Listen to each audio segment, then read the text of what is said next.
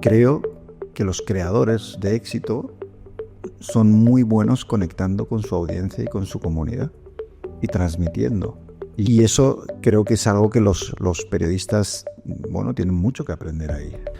Y a la vez que podían aprender los creadores de los periodistas, ¿no? Y creo que es, pues una serie de normas éticas y de rigor a la hora de hacer nuestro trabajo que a lo mejor hay creadores que no tienen. ¿Quién financia la desinformación?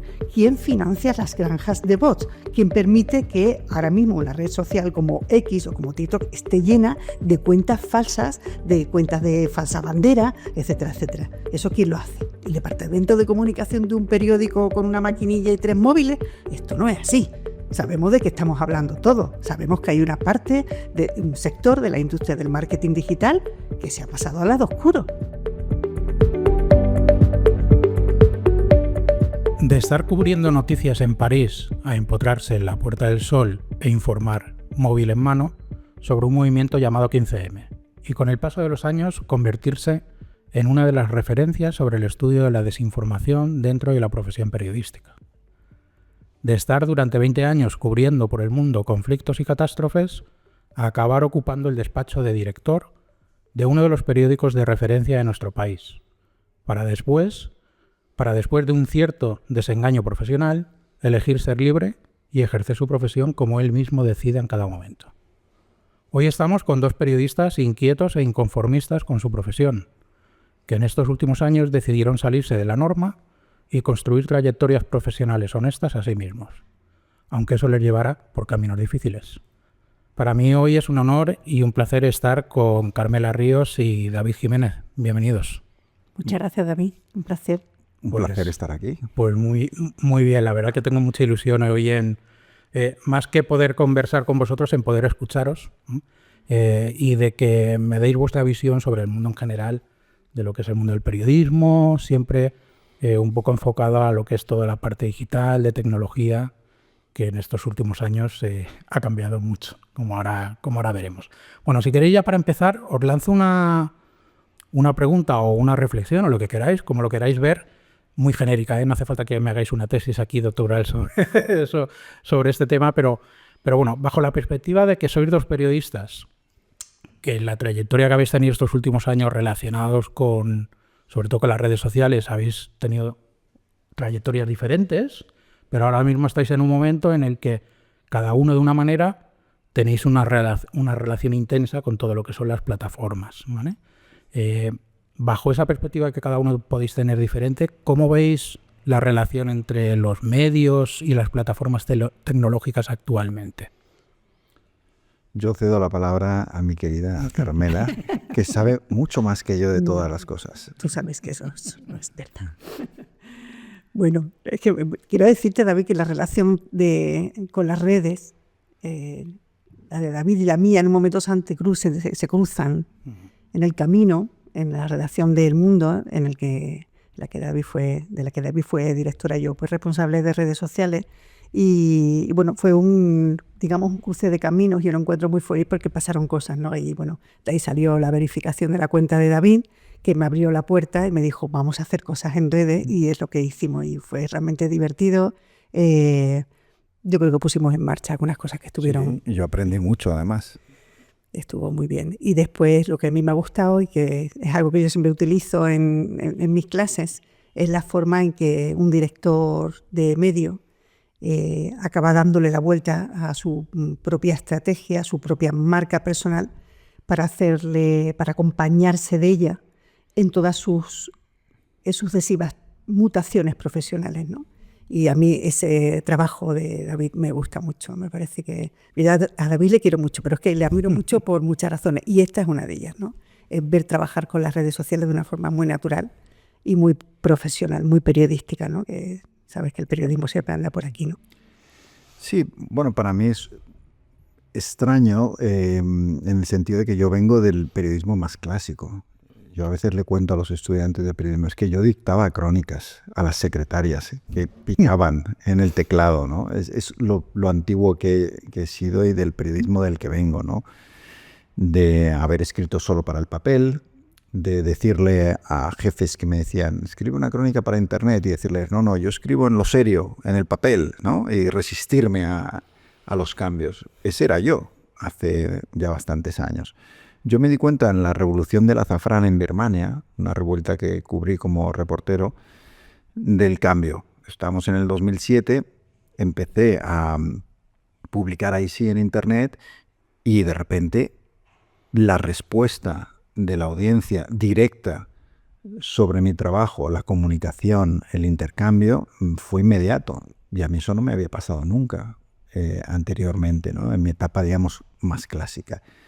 Y ahí me di cuenta de que esto había llegado para cambiar. Y desde entonces es verdad que hago un clic mental para intentar adaptarme a los tiempos, para no ver la tecnología como una amenaza, sino como una oportunidad que nos puede permitir llevar el mejor periodismo a más gente.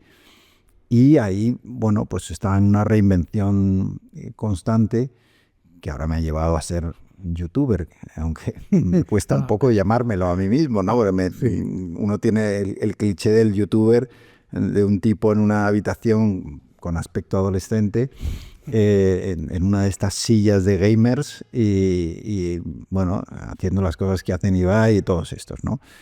Pero creo que los periodistas ha llegado un momento en el que tenemos que dar ese salto y tenemos que dar la batalla por la verdad y por el periodismo y por las buenas historias y estar donde está la audiencia. En vez de atrincherarnos en nuestras redacciones y negarnos a aceptar la realidad de que esto ya ha cambiado, va a cambiar más todavía en los próximos años, y si nosotros no cambiamos vamos a ser irrelevantes. Vamos a hablar luego también de esta parte, pero más que la relación medios, redes sociales o plataformas, otro aspecto que no tiene por qué ser igual, y de hecho no es igual, que es la relación entre periodista y redes sociales, que ahora la hablaremos, pero permitidme seguir un poco en la época en que tú aterrizas en el mundo como director. El año era el 2015. En ese momento, cuando tú aterrizas ahí y tienes que responsabilizarte de la dirección de toda la redacción, ¿qué imagen tienes dentro de la redacción de qué importancia se le daba a las redes sociales en ese momento ya dentro de la redacción, siendo un periódico muy tradicional, un legacy? Era minoritaria la parte de la redacción que entendía la importancia de las redes. Había todavía, sorprendentemente, a mí me sorprendió mucho la resistencia que yo encontré a nada que tuviera que ver con tecnología o internet. Yo creía que ese debate estaba superado porque yo venía no solo de la corresponsalía en Asia, sino que había estado un año en Harvard, en la Fundación Nieman, y había tenido contacto con el Boston Globe, con el New York Times, con otros diarios donde ya no había un debate. Todo el mundo tenía claro que la apuesta era internet. Y llegar a la redacción del Mundo y encontrarme que mucha gente, especialmente los pesos pesados de la redacción, seguían pensando que lo importante aquí era el papel, que se había desplomado y que lo íbamos a recuperar, y el presidente de la empresa también. O sea, insistía mucho en tenemos que conseguir que los lectores vuelvan al kiosco, me decía. Claro, estaba pidiendo un imposible. Lo que hay que hacer es que nos lean en internet. Además, yo siempre he sido de la teoría de que nosotros no podemos decirle a la gente dónde tiene que consumir el periodismo que hacemos. Eso no es nuestro trabajo. Es hacer lo mejor posible en todas las plataformas y que ellos escojan. Y ahí una de las pocas personas que estaba muy avanzada para nuestro tiempo era Carmela, que tenía que perseguir, y yo lo he visto físicamente perseguir a personas importantes de la redacción para que se abrieran cuentas en lo que era Twitter, ¿no? Y para que se dieran, o para que aceptaran entrevistarse y hacer un vídeo. Todo esto requirió de muchísima paciencia, de mucho convencimiento. Algunas personas hicieron la transición y cambiaron, o unas más que otras, y otros no hicieron el cambio. Tú, cuando estabas en el Mundo y coincidiste con él, Carmela, estabas en la parte ya de redes sociales.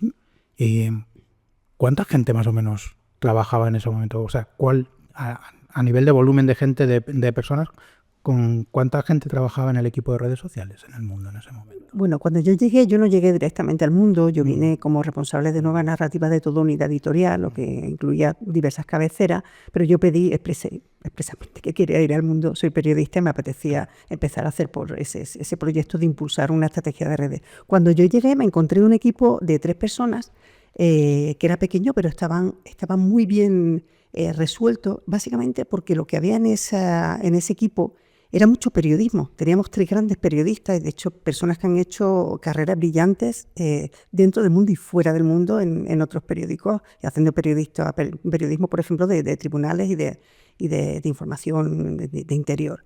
Y eso fue una gran ayuda, digamos, porque son personas que están predispuestas a escuchar, a compartir, a enseñarme y a enseñarles yo a ellos también.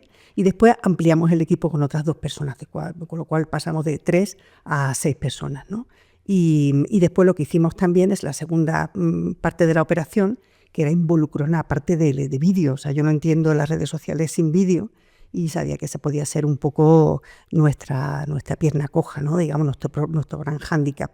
Y la suerte es que el mundo sí tenía una sección de vídeo, o sea, había un ADN ya audiovisual instalado. Las herramientas de edición y de producción de vídeo en móvil entonces no eran tan avanzadas como ahora, donde tienes CapCut y InShot y todo este tipo de cosas. Y bueno, conseguimos que una parte de ese equipo de vídeo también empezara a hacer cosas con el equipo de redes sociales, de tal forma que armamos una estructura de redes sociales que empezaba a atender al menos una parte importante de todas las necesidades que yo entendía, que era también no solamente la promoción de los propios contenidos, la generación de tráfico, sino también la cobertura en la calle, el periodismo móvil, que para mí es tan importante y que yo creo que es el gran diferencial a día de hoy de muchos medios, ¿no? Yo no quiero caer hoy en la época, o sea, no quiero ser abuela cebolleta, porque yo con Carmela ya me ocurre que llevamos muchos años el mundo de las redes sociales y podemos empezar aquí a contar historias, pero me llama mucho la atención porque justo en ese mismo periodo del que me estáis hablando, aquí en la empresa en Bisoci, uno de los trabajos que yo fue en el que más empecé a aprender del tema de medios, porque yo no tenía no había ido a una redacción de un medio nunca, fue con Diario As, que topamos ahí con el que era el CDO, que era Adrián Segovia, una persona de la que yo he aprendido mucho, y entre otros trabajos que teníamos que hacer era ayudarles a montar un equipo de redes dentro de la redacción. Y siempre se me queda grabada la única indicación que nos dio él en ese momento, en el que cuando se tenía que decir qué estructura de equipo, etcétera, había que buscar un responsable del equipo. Y la única condición que nos puso a nosotros como consultores y en la empresa es: necesito que el responsable del equipo de redes sea un periodista. Y si no encontráis dentro de la redacción un periodista que tenga los conocimientos suficientes, se le enseña.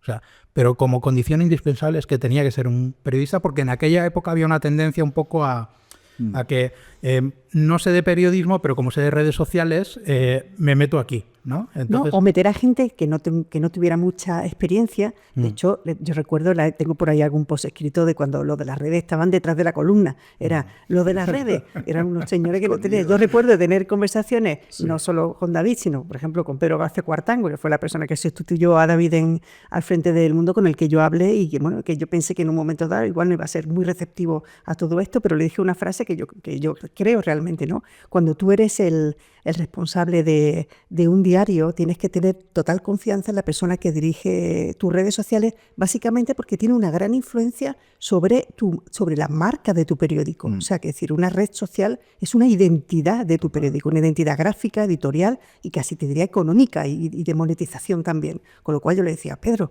tú necesitas otro Pedro en las redes. Si tú no confías en mí, no te preocupes, pero tienes que buscarte una persona, y le formamos. Y me decía: no, tú te puedes quedar, porque yo tengo confianza en ti. Ese es el tema. O sea, que yo estoy completamente de acuerdo con Nadia. No hay periodismo en redes, sino hay un periodista al frente, ¿no? David, tú cuando todavía no estabas como director del Mundo, que estabas todavía como corresponsal, ¿ya tenías presencia en redes sociales? ¿Ya tenías alguna cuenta? Sí, a mí me convence de abrir mi primera cuenta de Twitter Ramón Lobo, tristemente fallecido de cáncer. hace algunos años. Ramón, que era un clásico también del reporterismo, una leyenda en el periodismo español. Bueno, éramos amigos, habíamos coincidido en sitios y en un viaje a Madrid me dice, ¿tú por qué no tienes Twitter? Y yo porque voy a perder el tiempo en Twitter, ¿no? Y él me dijo, con otras palabras, lo que acaba de decir Carmela. Dice, pues porque va a ser en el futuro, fíjate la visión que tenía él ya, ¿no? Va a ser en el futuro tu marca. Y tú no puedes ser, David Jiménez, el corresponsal en Asia del diario El Mundo. Tú tienes que ser David Jiménez, tienes que tener tu propia marca y si un día no estás en el mundo, poder llevarte esos seguidores, esa marca, esa comunidad a cualquier otro sitio. Fue un visionario, de hecho, porque eso me ha ayudado mucho. Claro, yo entonces no sabía que me iban a despedir, tampoco sabía que me iban a hacer director del Mundo.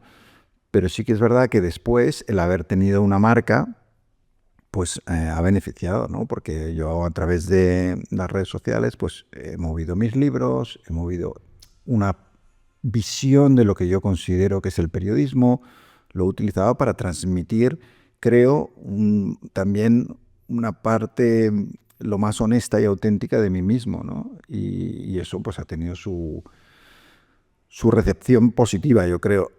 Y me lo he podido ir llevando de lado a lado. Así que yo creo que fue una buena decisión el haber hecho eso. Luego es verdad que estoy ya en el agotamiento de que no quiero que se hagan más redes sociales, que no quiero que cambie nada más, que ahora vamos a ver si ya está lo que está, ¿por qué no lo dejamos? ¿No? Pero sé que esto no es así y que dentro de 3 años, pues a lo mejor ya no es TikTok y es otra cosa. Y bueno, supongo que llegará un momento en que me hartaré completamente y diré, pues sabes que hasta aquí hemos llegado.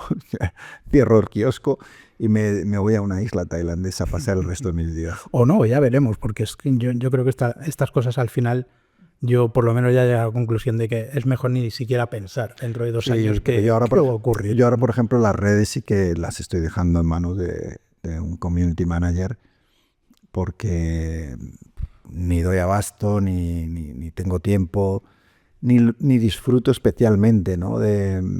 Hoy decía justo, ¿no? en un tuit, alguien me felicitaba por el director y me decía que le gustaba escucharme en el podcast y tal. Le digo, a ti te gustará, pero yo estoy hartísimo de escucharme. Y es verdad, o sea, uno ya, habla demasiado en muchos sitios y llega un momento que hay veces que tengo la tentación de irme a mi querido Oriente, donde fui corresponsal muchos años, y desaparecer. Pero no se puede, porque si desapareces, pues desapareces de verdad. Claro. Sigamos hablando un poquito, si os parece, de periodistas ya, ¿vale? De lo que es la profesión del periodismo encajada con estos tiempos que también os ha tocado vivir vosotros, del tema de Internet y sobre todo de las redes sociales. Hace 10 años, más o menos, que fue cuando yo pues empecé a conocer a Carmela y se dio a conocer en el mundo de las redes sociales, nos dimos a conocer la relación del periodista o el uso de los periodistas, el uso de un periodista de las redes sociales no tiene nada que ver con lo que hoy en día hay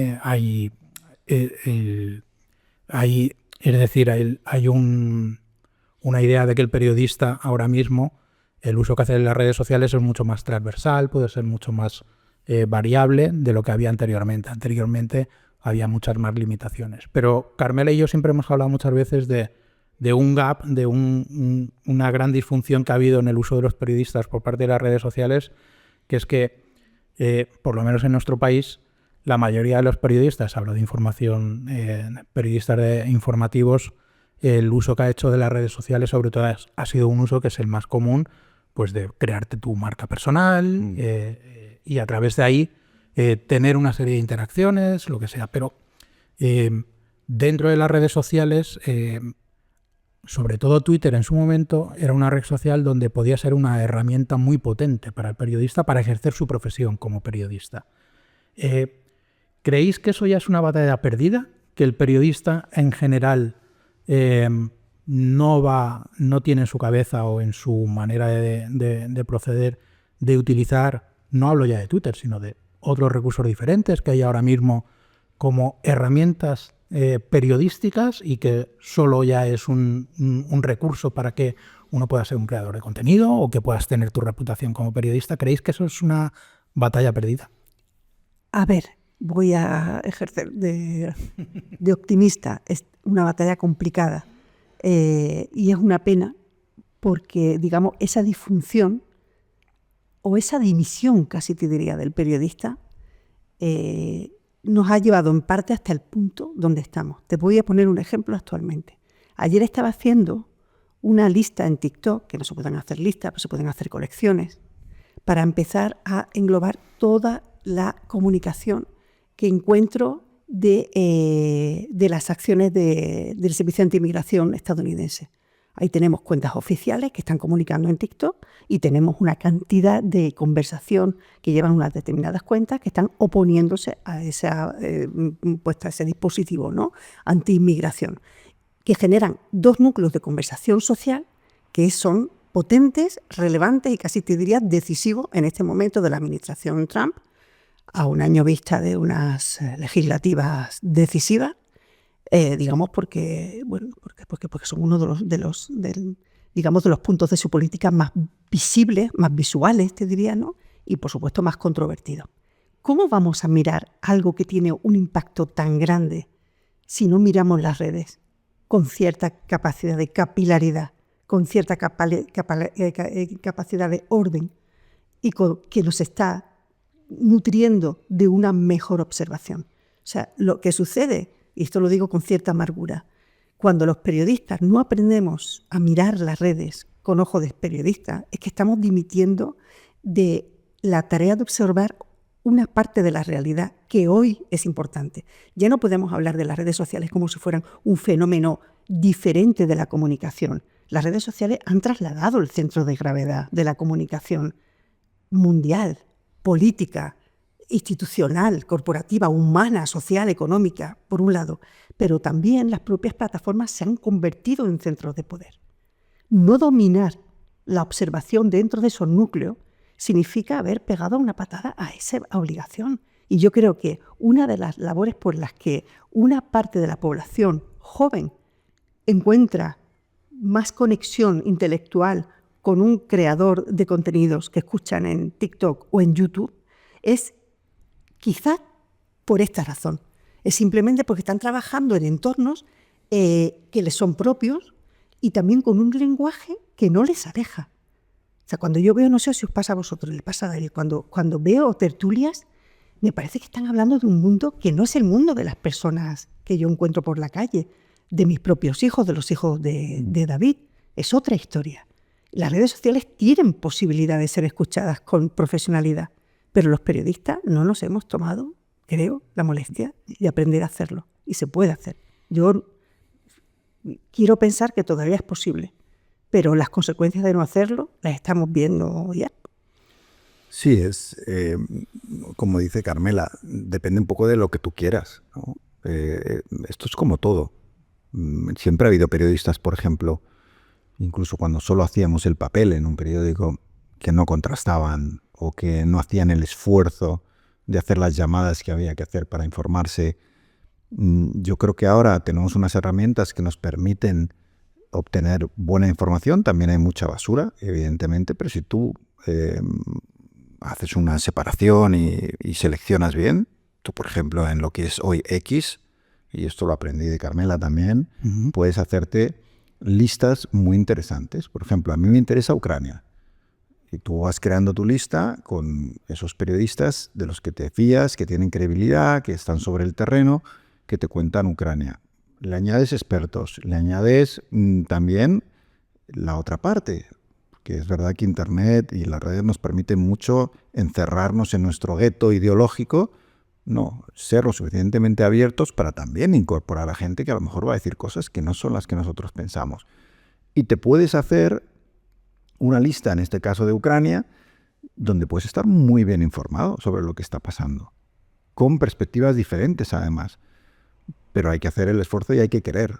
Yo lo que veo es que no solo en el público general, pero también en los periodistas hay mucho sesgo ideológico que nos lleva a meternos en estos guetos ideológicos, a seguir solo a gente que dice lo que ya pensamos, a huir del espíritu crítico, a no escuchar o no querer ver verdades que puedan contradecir lo que ya vamos a escribir, porque esto es un clásico del periodismo. Yo voy a un sitio y ya tengo claro lo que quiero escribir y adapto mi reporterismo, mi recogida de la información, mi documentación, todo para que se adapte a lo que yo quiero contar.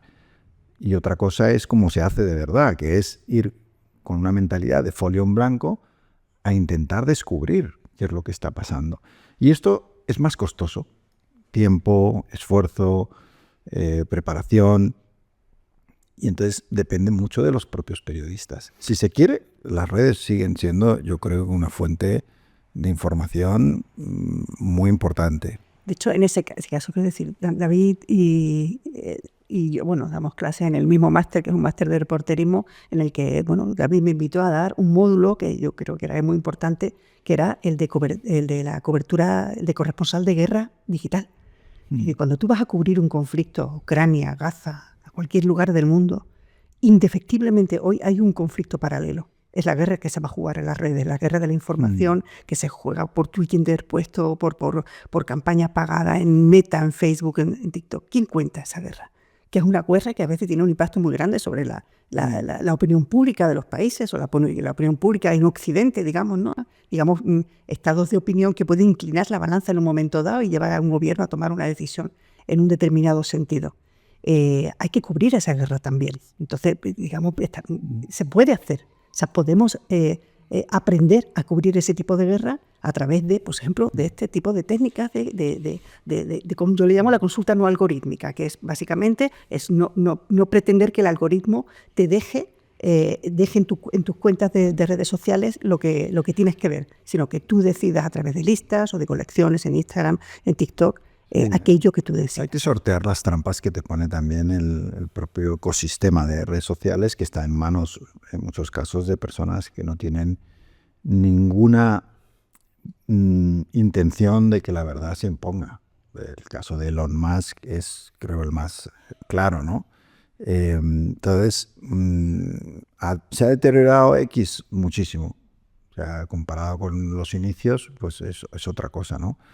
Hay que hacer un mayor esfuerzo para separar la basura de lo que tiene valor informativo. Hay que hacer mucho más esfuerzo, ¿no? Pero si te empeñas lo puedes hacer.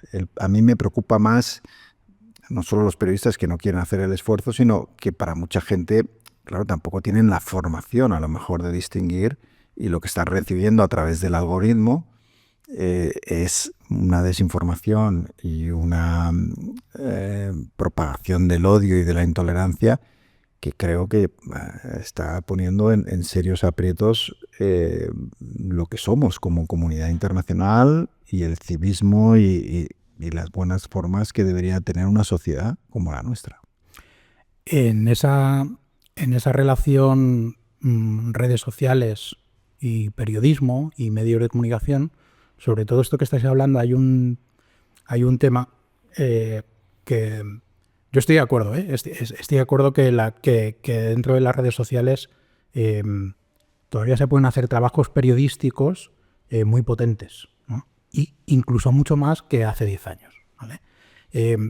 Pero sí que es cierto que esto que ya ha salido aquí sobre la mesa, que es el famoso algoritmo, el algoritmo al final no deja de ser únicamente unos criterios que una empresa privada, propietaria de una red social, impone por motivos X, por su modelo de negocio en ese momento, en el que, en resumidas cuentas, lo que decide es que el contenido que se publique en esa plataforma, cuál va a ser visto, qué contenido va a ser visto y qué contenido no va a ser visto. Hay un tema que creo que hablaste en el podcast que hicisteis juntos, en tu canal de YouTube del director, en el que hablabas de unas declaraciones que hizo Elon Musk en su momento,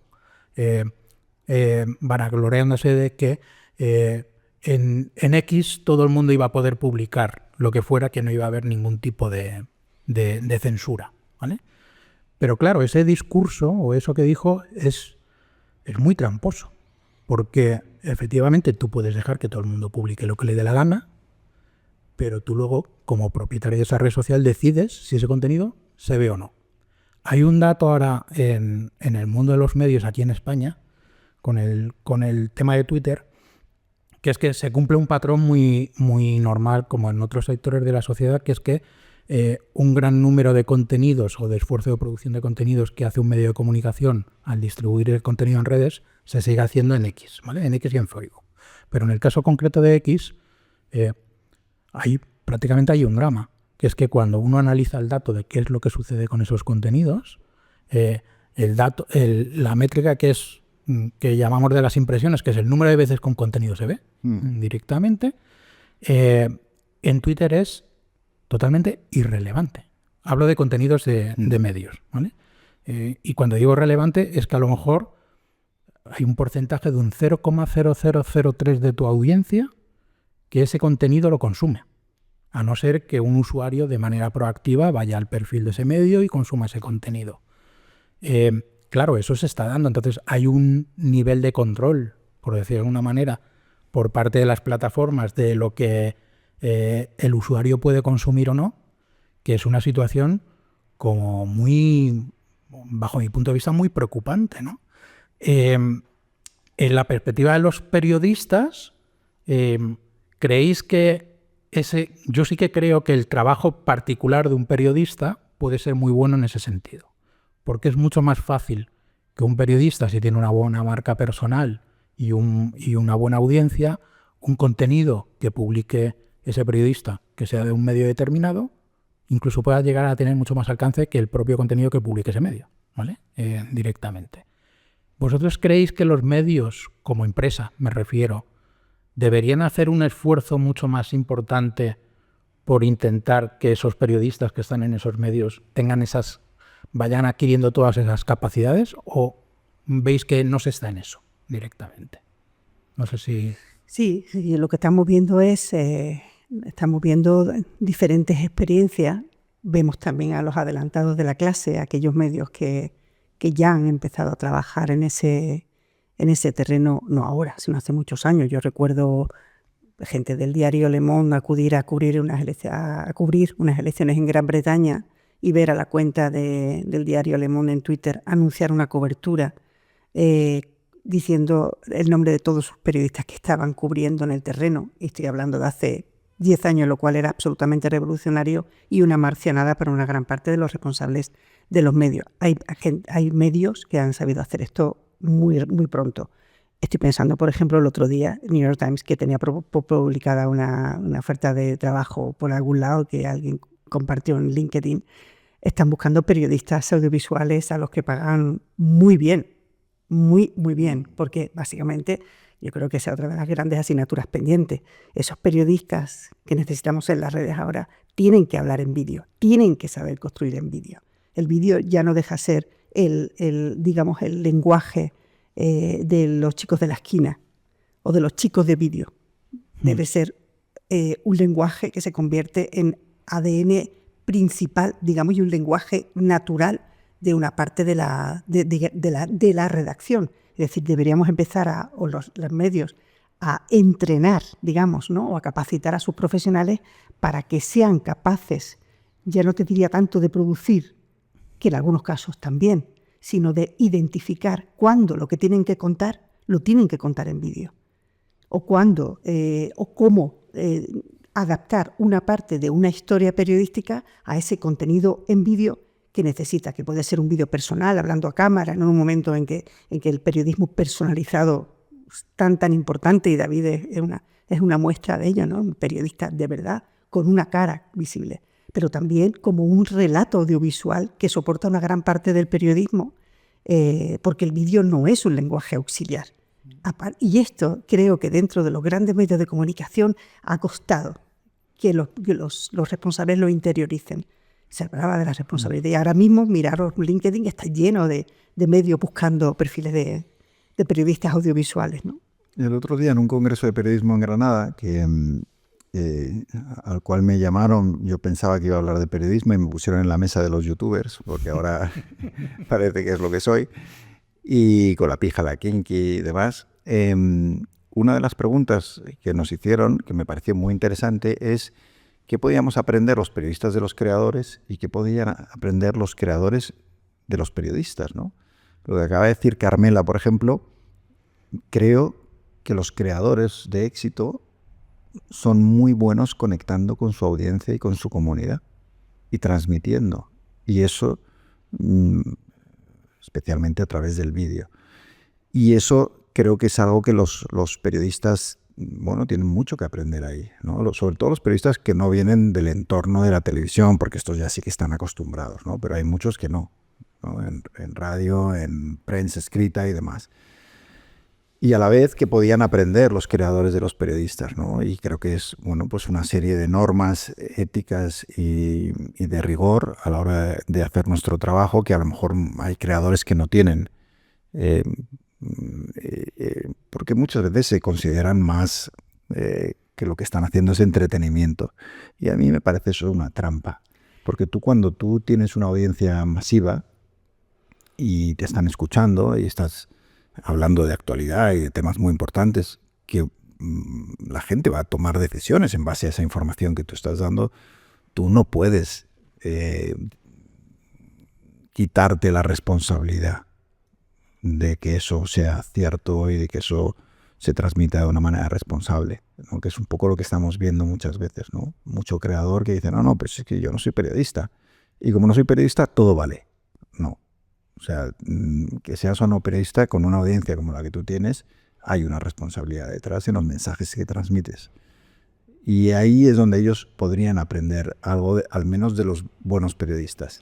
Has dicho una frase que a mí me interesa mucho, que me parece que es una de las claves de todo esto, que es el tema de la vocación de conversar, digamos, ¿no? Que un creador de contenido tiene interiorizada.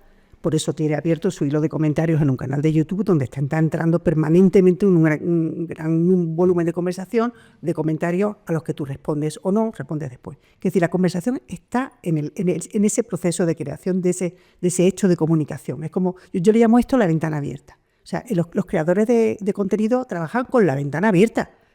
Ese es el tema. Y los periodistas no. Yo recuerdo una frase de un periodista antiguo que una vez, trabajando en un sitio, dijo, bueno, vamos a hacer esto y tal, y después podemos preguntar a la gente qué le parece. Y dice, a mí qué me importa lo que le parezca a la gente. Ese tema, el síndrome del pedestal, ¿no?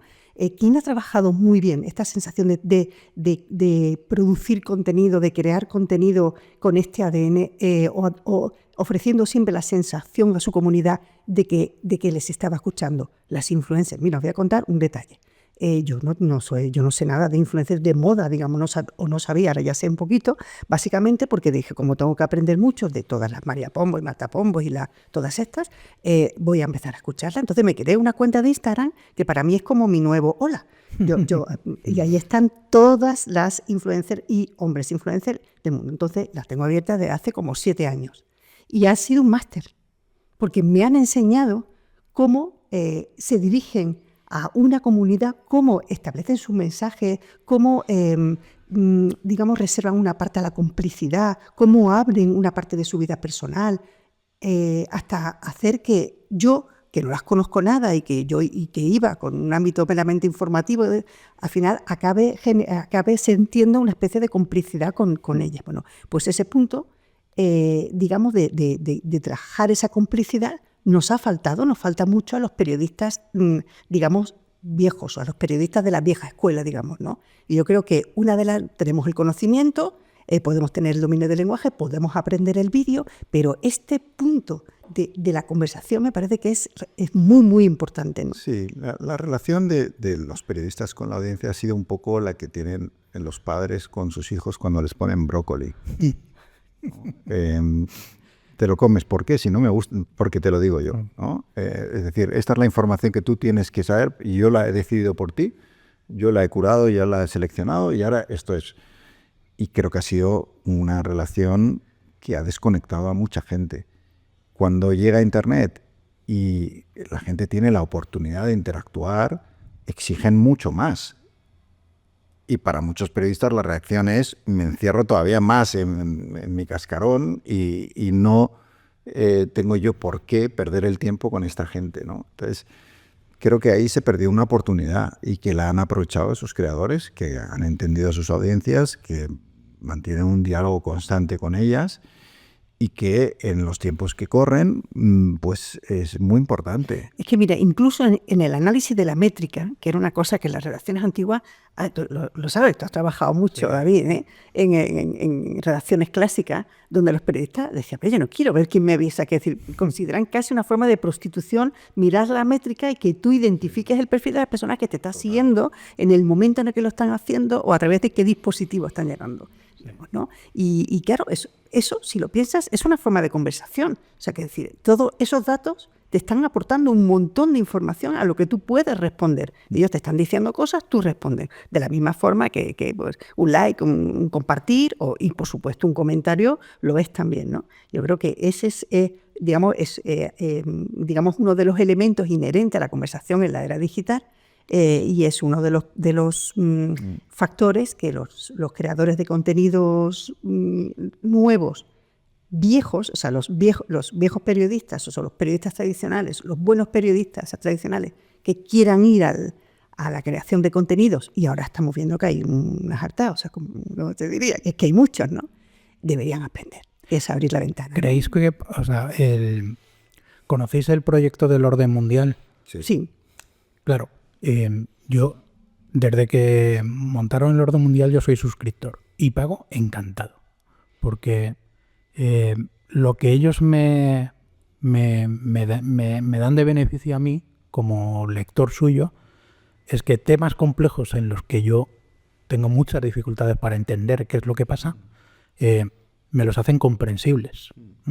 Entonces, cuando hablo con ellos o cuando veo quiénes son realmente el orden mundial, yo inicialmente me creía pues, que era un grupo de periodistas, ¿no? Jóvenes que se habían juntado para hacer ese proyecto. Y luego me di cuenta, me fui dando cuenta de que no eran periodistas, de que eran politólogos, venían de relaciones internacionales, etcétera, pero que tenían un interés por explicar una serie de temas, de contextualizar una serie de temas y hacerlo lo más comprensible posible a ese tipo de audiencia que comentabais vosotros ya, que están acostumbrados o que son exigentes a la hora de decir, vale, tú puedes ser muy buen periodista o estar muy bien informado sobre un tema, pero no basta con eso, sino que tienes que tener la capacidad de hacerlo comprensible al resto de la gente.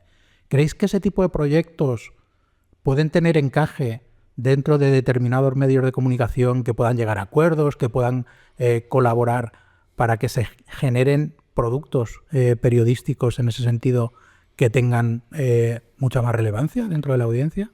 Sí, el orden mundial además se ha aprovechado del abandono de la cobertura internacional de los principales medios. Yo además esto lo viví muy directamente, ¿no? El cierre de corresponsalías, el dejar de invertir en periodismo internacional, porque era mucho más barato hacer una tertulia y juntar a unos 2 de derechas y 2 de izquierdas a que se zurren durante 2 horas, que enviar a alguien a Corea del Norte a que te cuente qué está pasando, ¿no? Entonces, creo que ellos... y luego se han beneficiado también de la incomprensión, ¿no? Que produce muchas veces la cobertura internacional en los medios generalistas, donde evidentemente los telediarios es imposible, porque el pobre corresponsal tiene que contar un conflicto en 1 minuto y medio, ¿no? Y es imposible hacerlo, ¿no?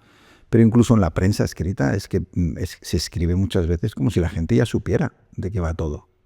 Y sin contexto, sin explicaciones, sin dar las claves, sin al origen de los problemas, cuáles son las consecuencias que tiene para mí, que yo creo que eso es fundamental. Entonces, creo que se abrió ahí una oportunidad y la verdad es que lo han hecho muy bien. Y yo me alegro mucho de que eso sea un éxito, porque demuestra que además hay muchas ganas de entender el mundo ahí fuera. Y yo fíjate que en el canal,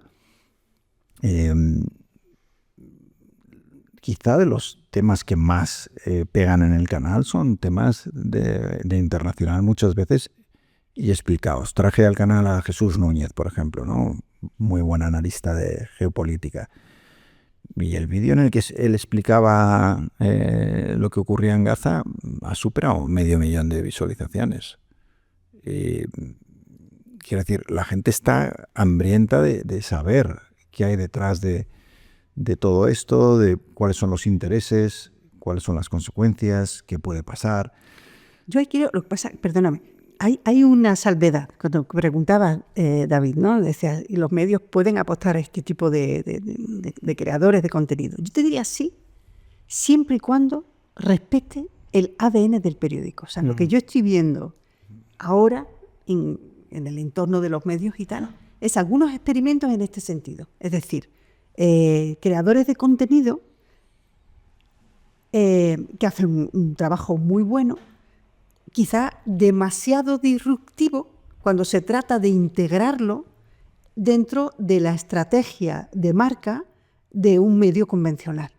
Y yo creo que ese es el desafío. Es decir, es que los medios de comunicación necesitan estos creadores de contenido.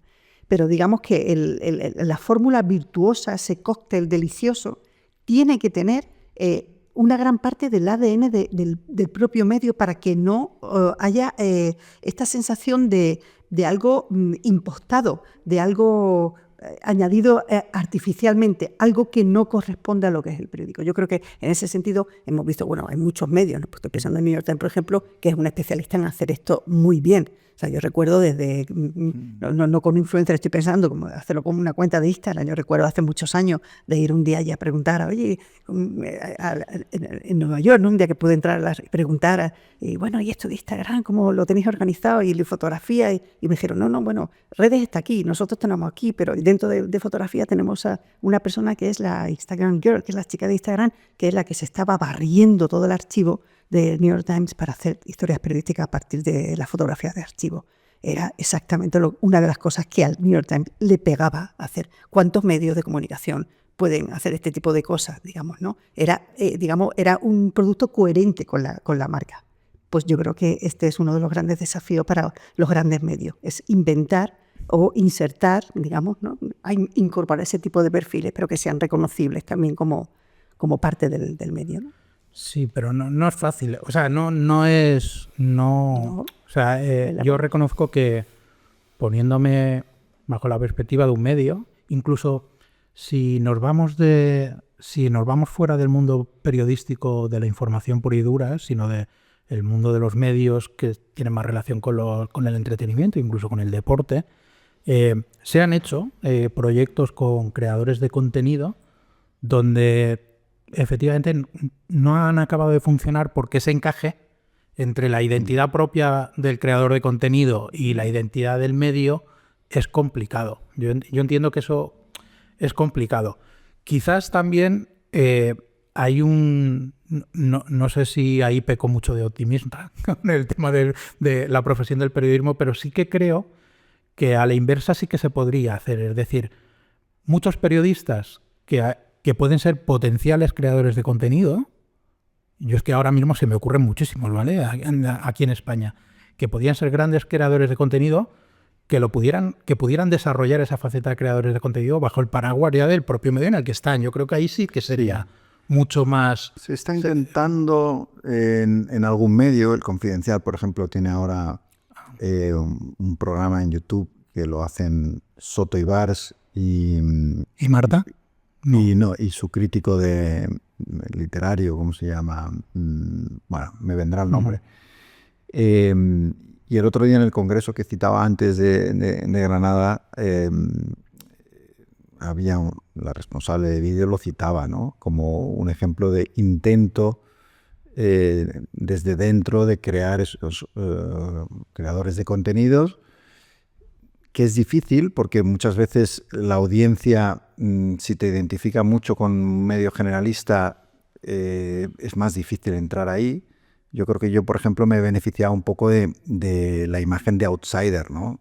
El hecho de que me echaran del mundo, el que escribiera el director, el que siempre esté un poquito diciendo cosas a lo mejor que otros no se atreven, pues bueno, te da esa imagen que digamos que te abre la puerta y te aceptan, ¿no? Pero es verdad que otros, creo que hay mucho periodista muy marcado, muy sesgado en España, que tendría dificultad de ganarse la confianza de una audiencia que lo vería ya como contaminado por unos intereses muy relacionados con los medios generalistas y otros intereses políticos y también económicos. No. Bueno, para ir acabando ya, que ya nos queda poco, que David te tienes que ir dentro de poco, ¿vale? Lo vamos a... Esto me recuerda cuando fui a Jordi Wild y cuando Bueno, sí. llevábamos 4 horas y me digo, es que tengo un ave que tengo que recoger y si no me voy a quedar en Manresa a dormir, ¿sabes? Y fue la única excusa que conseguí para salir de allí. Sí, la verdad que los podcasts de Jordi Wild Madre son mía, un poquito más largos que estos, la verdad. Sí, o sea... Pero sí que me gustaría sacar un tema, aunque lo hablemos de manera muy superficial, porque también sería un tema para dedicarle mucho tiempo, que es el famoso tema de la desinformación, ¿vale? El ver dentro de este contexto en el que estamos hablando qué ocurre un poco con la desinformación. No os voy a preguntar esto porque qué ocurre con la desinformación podría ser... pero cuando hablamos de desinformación y hablamos de medios, por ejemplo, yo aquí tengo como 3 términos siempre en los que pienso, ¿no? Cuando hablamos de desinformación. Uno es los medios de comunicación, otro es la política, ¿no? O la clase política, y otro, en el contexto en el que nos movemos, son las plataformas tecnológicas, ¿no? Es un poco esa tríada en la que a través de ahí no es que se haya generado la desinformación, porque ya existía, pero sí que posiblemente se haya disparado, ¿vale? ¿Os atreveríais a, que sea de forma muy simbólica, a darle un porcentaje de responsabilidad a cada uno de estos 3 elementos dentro de lo que es el fenómeno de la desinformación? Porque a mí me da la sensación de que muchas veces, quizás por defecto, porque en el entorno en el que yo estoy trabajando, en el que ponemos solo el foco en la parte de los medios de comunicación, por ejemplo, que los medios de comunicación son muy responsables de la de procesos de desinformación, que lo son, ¿vale? Pero están los otros elementos. ¿Cómo veis vosotros ese equilibrio o ese porcentaje de responsabilidad que pueda tener cada elemento? O a lo mejor me decís que no procede el pensar en esos 3 elementos: política, medios y plataformas. Yo pienso de otra manera, ¿no? En el sentido de que para mí la clave de todo es qué es más rentable hoy: desinformar o informar. Y es más rentable desinformar. Es un mejor negocio. Y hasta que no le demos la vuelta a eso, no vamos a encontrar la solución. Porque si yo mañana monto un medio, vamos a poner con 5 periodistas, y quiero dar buena información, probablemente me va a costar mucho más hacer rentable ese medio que si cojo esos 5 periodistas, los pongo a escribir de una manera sesgada o escandalosa o buscando el algoritmo y demás, ¿no? Y yo pienso mucho de esto incluso ahora cuando hago el canal del director, ¿no? Porque el propio algoritmo de YouTube puede ser muy tramposo, en el sentido de que tú de repente cuelgas un vídeo y te das cuenta de que ese vídeo funciona. Y el algoritmo te está diciendo más de esto, ¿no? Y creo que en la desinformación hay mucho de esto ahora, ¿no? De buscar la rentabilidad, de buscar el negocio, de qué me da más dinero, y la desinformación, la información emocional, aquella que va contra algo y busca la crispación, el enfrentamiento, todo esto, digamos que despierta al algoritmo y hace que mucha gente haya encontrado ahí el nicho, ¿no? Que le puede dar más dinero. Y creo que si no le encontramos la solución a eso, para que otra vez la buena información sea más rentable, entonces no podremos solucionarlo. O sea que no dividiría tanto en, no, es que las plataformas tienen... Sí, las plataformas en esto que estoy diciendo, para mí son clave. Es decir, tenemos un grupo de oligarcas tecnológicos con un poder descomunal, hasta el punto de que Elon Musk puede decidir quién preside Estados Unidos, que además tienen una fuerza hoy, ¿no? No solo ya son oligarquías económicas como los antiguos Rockefeller, Ford y demás, que oye, tenían mucho poder, pero no tenían el poder que tienen estas oligarquías de condicionar la opinión pública, de afectar las elecciones en los países, de minar la democracia desde dentro. Y sin embargo, estos sí que la tienen. Entonces, ¿por qué? Entre otras cosas, porque es un gran negocio, ¿no? Y están ganando mucho dinero enfrentándonos y explotando los peores instintos de la condición humana. Entonces, si me pones ahí, si tuviera que poner el top 1 de responsables de lo que está pasando, pondría sin duda a esas plataformas y a las personas que hay detrás, porque no son plataformas creadas de la nada, es que hay gente detrás con unos intereses clarísimos que trascienden lo económico, ya es político, todo está mezclado, al final los poderes son uno solo, ¿no? Pero a mí lo que me sorprende de todo esto es la inacción absoluta de los reguladores y de los gobiernos que están permitiendo esto. Para mí es incomprensible. Incluso cuando se sabe que hay contenido que hace daño especialmente a los jóvenes y se les permite y simplemente vamos a acumular más dinero, más dinero y ver que encima utilizan ese dinero para condicionar nuestras democracias y nosotros cruzados de brazos, dejando que hagan con absoluta impunidad lo que les dé la gana. Bueno, yo quiero ser optimista en el sentido de que en algún momento despertaremos, porque si no despertamos vamos a un mundo muy oscuro dominado por unos pocos. Yo me voy a mojar totalmente. No esperaba menos de Carmela. Yo creo que sin redes sociales es difícil que estuviéramos como estamos asistiendo a este fenómeno de la desinformación endémica. Así te lo digo. O sea, yo creo que si esto existe porque existen las redes sociales. Las redes sociales no fueron creadas para hacer desinformación, pero digamos que contribuyeron, dieron al mundo el caldo de cultivo perfecto para que esto fuera como es hoy, que es una situación que ha dado la vuelta al mundo como un calcetín.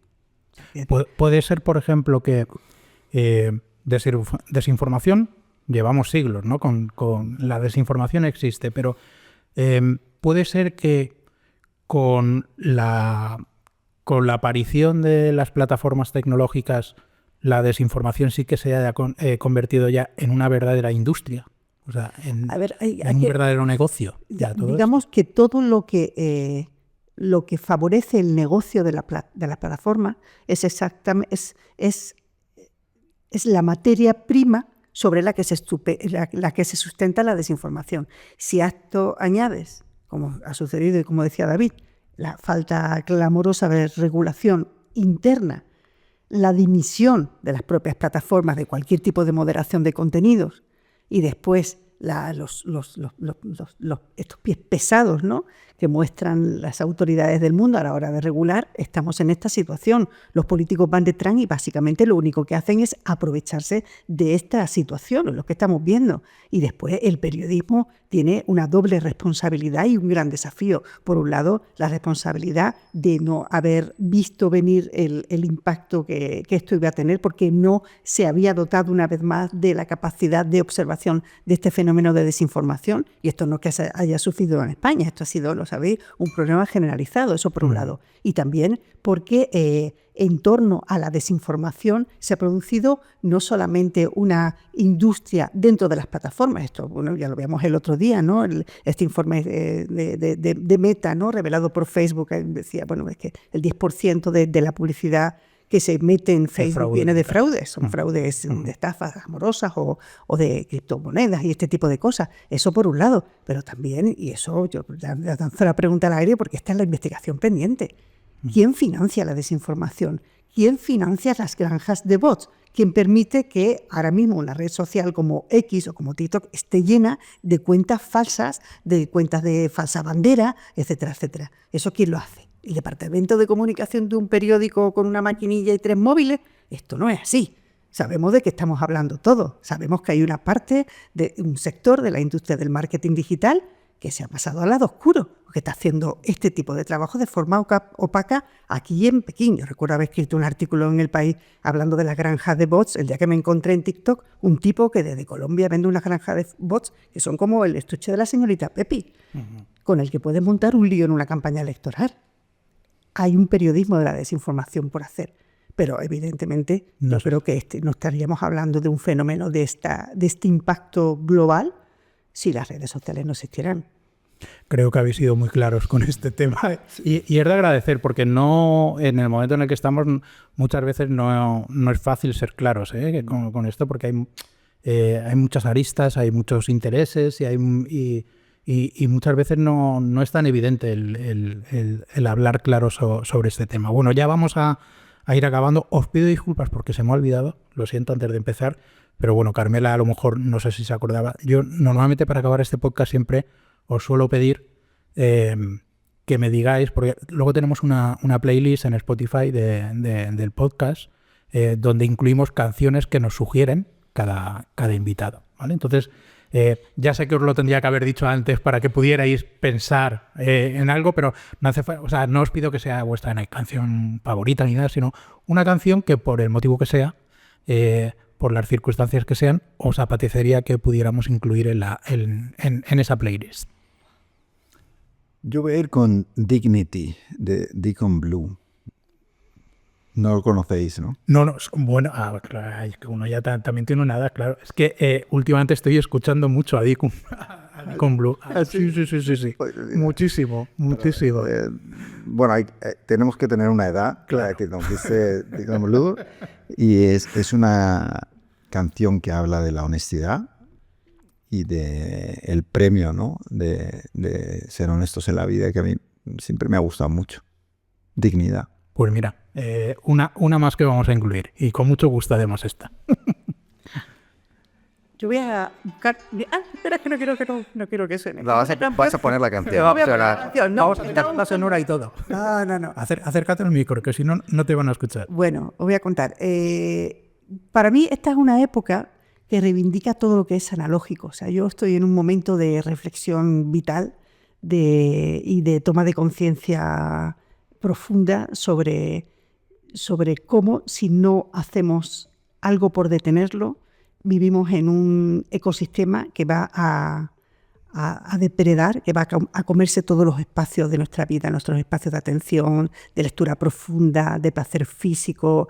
El otro día, escuchando a Rosalía, que ahora está de moda, mira, podía recomendar una canción de Rosalía, decía en una entrevista muy buena que le hizo Francino en la SER, que un día ganado era un día que tenía 3 cosas, ¿no? Un día que tú podías hacer algo con tus manos, con tus pies y con tu boca, ¿vale? Era básicamente necesitamos hacer deporte, movernos y tal, cosas que pudieras hacer manualmente y hablar, ¿no? Y esto. Y yo reivindico en este momento, digamos, el tono vital donde no te coloca todo lo que estamos viviendo, que es la alegría. Y entonces estaba buscando una canción que tiene Miguel Poveda, que a mí me gusta mucho, que se llama Triana Puente y Aparte, de un disco antiguo, que si no la conocéis, la escucháis, porque a mí es una canción que me da mucha alegría de vivir y me la pongo con bastante frecuencia, con lo cual Poveda a tope. Pues una maravilla. Bueno, pues ya con esto damos por acabado el podcast. Muchas gracias a los dos por haber venido. Y bueno, Carmela ya sabe que esta es su casa.